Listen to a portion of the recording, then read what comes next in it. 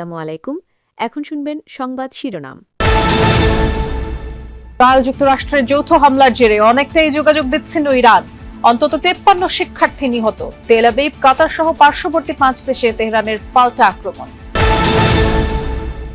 বিরোধী দল জামায়াত ইসলামের ইফতারে প্রধানমন্ত্রী তারেক রহমান বললেন, রাজনৈতিক দলগুলো কাজ করবে মানুষের ভাগ্য পরিবর্তনে। 12 ঘন্টার ব্যবধানে রাজধানীর 3 এলাকা থেকে মানবদেহের খণ্ডিতাংশ উদ্ধার। ফিঙ্গারপ্রিন্টের মাধ্যমে ব্যক্তির পরিচয় শনাক্ত।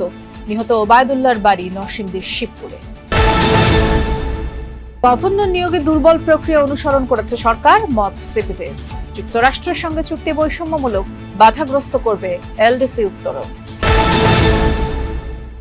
এতক্ষণ শুনছিলেন সংবাদ শিরোনাম।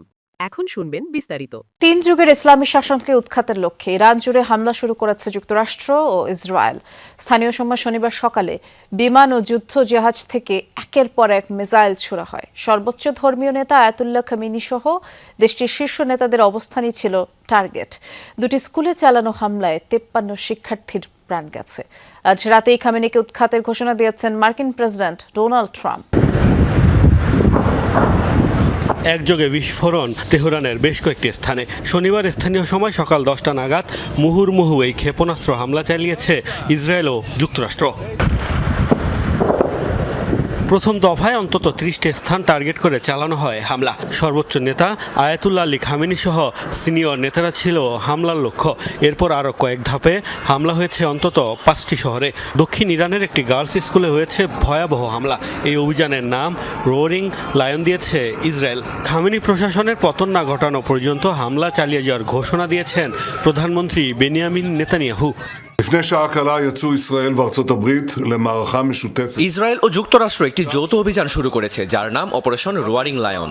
এই অভিযানের লক্ষ্য ইরানের আয়াতুল্লাহ শাসনের অবসান ঘটানো। সামনে যুক্তরাষ্ট্রের সাথে আমরা সন্ত্রাসী শাসন ব্যবস্থার উপর আরো কঠোরভাবে আঘাত করব। আমরা এমন পরিস্থিতি তৈরি করব যা সাহসী ইরানি জনগণকে এই খুনি শাসন ব্যবস্থার বোঝা থেকে মুক্তি দিতে সাহায্য করবে। এদিকে যুক্তরাষ্ট্র তাদের অভিযানের নাম দিয়েছে অপারেশন এপিক ফিউরি। ইরানের বিরুদ্ধে যুদ্ধ ঘোষণা করে আইআরজিসি সহ সব সশস্ত্র বাহিনীকে অস্ত্র সমর্পণের জন্য আজকের দিন পর্যন্ত সময় বেঁধে দিয়েছেন মার্কিন president Donald Trump. Islamic revolutionary গার্ডের সদস্যদের, সশস্ত্র বাহিনী এবং সব পুলিশ সদস্যদের উদ্দেশ্যে বলছি, আজ রাতেই আপনারা অস্ত্র সমর্পণ করুন, নয়তো নিশ্চিত মৃত্যুর মুখোমুখি হবেন। ইরানের জনগণকে বলছি, আজ রাতেই আপনারা স্বাধীনতা পাবেন। গত 2 মাস ধরেই ইরানের হামলার রাজনৈতিক দলগুলো মানুষের ভাগ্য পরিবর্তনে কাজ করবে। জামায়াত ইসলামীর ইফতার অনুষ্ঠানে যোগ দিয়ে এমন প্রত্যাশার কথা জানিয়েছেন প্রধানমন্ত্রী তারেক রহমান। বিকেলে রাজধানীর আগারগাঁয়ে চীনমৈত্রী সম্মেলন কেন্দ্রে জামায়াত ইসলামীর ইফতার অনুষ্ঠানে যোগ দিয়ে প্রধানমন্ত্রী বলেন, গুরুত্বপূর্ণ সময় পার করছে বাংলাদেশ। মানুষ রাজনীতিবিদদের দিকে তাকিয়ে রয়েছে। গণতান্ত্রিক অগ্রযাত্রাকে কাজে লাগানোর কথাও জানান প্রধানমন্ত্রী। পরে কথা বলেন বিরোধী দলীয় নেতা জামায়াতের আমির ডাক্তার শফিকুর রহমান। বলেন, জামায়াত গতানুগতিক কোনো বিরোধী দল হিসেবে সংসদে থাকতে চায় না। সরকারের প্রতি পূর্ণ সহযোগিতার কথাও জানিয়ে আমির বলেন, জামায়াত মানুষের অধিকারের পক্ষে সংসদে দাঁড়াবে।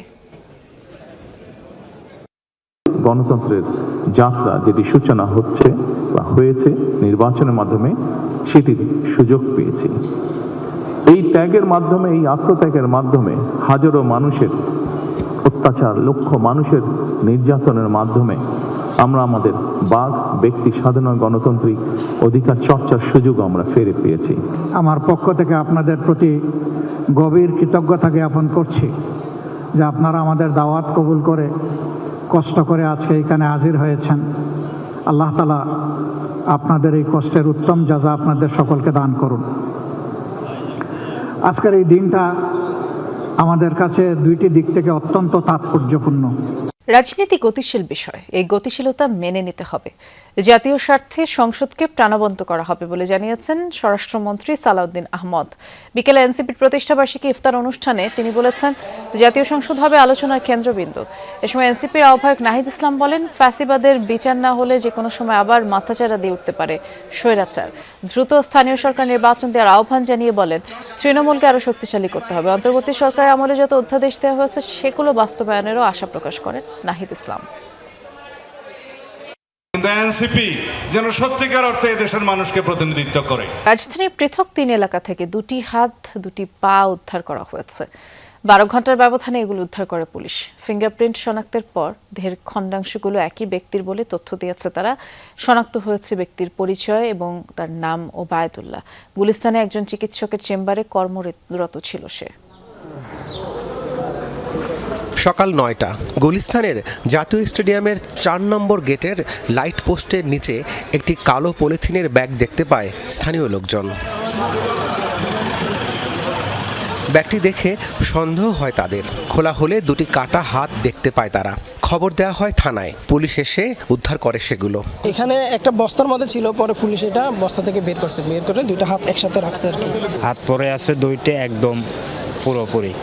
এর আগে রাত 2টায় পল্টনের আনন্দ কমিউনিটি সেন্টারের সামনে থেকেও উদ্ধার করা হয় কালো রঙের পলিব্যাগ। সেখানে ছিল একটি কাটা পা। আর দুপুরে কমলাপুর থেকে উদ্ধার করা হয় আরেকটি পা। কাজ শুরু করে সিআইডির ক্রাইম সিন ইউনিট। জানায় সেগুলো একই ব্যক্তির। হাতের আঙুলের ছাপ নিয়ে পরিচয় শনাক্ত করা হয়েছে। পুলিশ জানায় কাটা হাত ও পা নরসিংদীর শিবপুরের ওবায়দুল্লাহ নামে এক যুবকের। খণ্ডিত অংশগুলো ফেলে রাখা হয়েছে এবং এগুলো হয়তো ফরেনসিক করার পরেই জানা যাবে এটা ঠিক মানে কোন সময়ের ঘটনা এবং এখানে কারা জড়িত আছে। এটা বিস্তারিত তদন্ত আমরা আরম্ভ করেছি ইতিমধ্যে।